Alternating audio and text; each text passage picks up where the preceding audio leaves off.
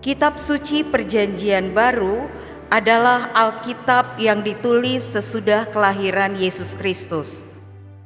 Kata Perjanjian Baru merupakan terjemahan dari bahasa Latin, yaitu Novum Testamentum. Novum Testamentum sendiri merupakan terjemahan dari bahasa Yunani koine, yaitu Ikeni Diatiki. Karena Perjanjian Baru pertama kali ditulis dalam bahasa Yunani koine.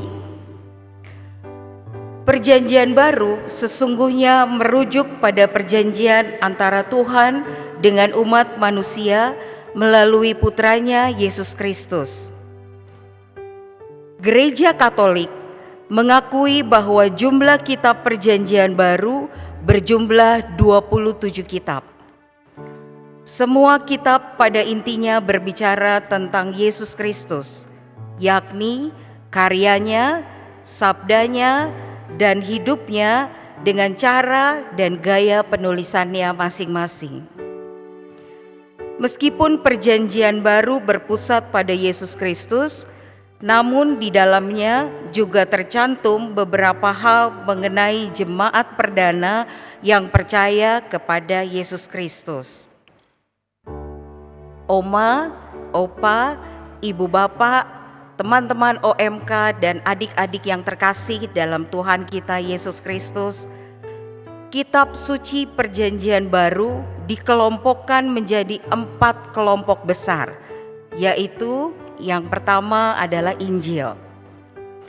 Kitab Suci Perjanjian Baru dibuka dengan 4 kitab yang disebut Injil, yang berarti kabar baik.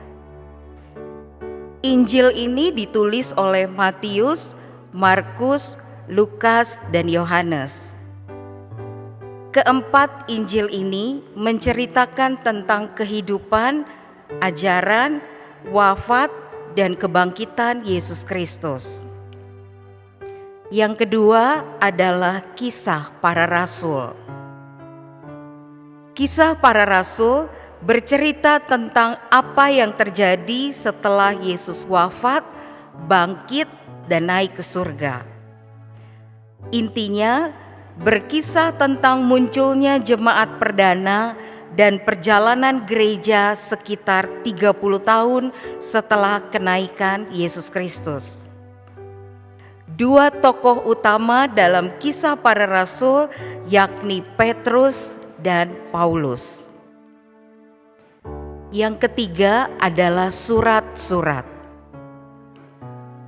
Kitab selanjutnya dalam Perjanjian Baru adalah 21 surat yang disebut juga dengan epistola.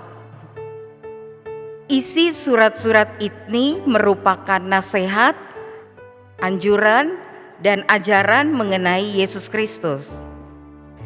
Surat-surat ini terdiri atas surat-surat Paulus kepada jemaat di Roma, Korintus, Galatia, Efesus, Filipi, Kolose, Tesalonika, serta surat kepada perseorangan yakni Timotius, Titus, Filemon, dan Ibrani. Surat Yakobus, surat Petrus, surat Yohanes, dan surat Yudas.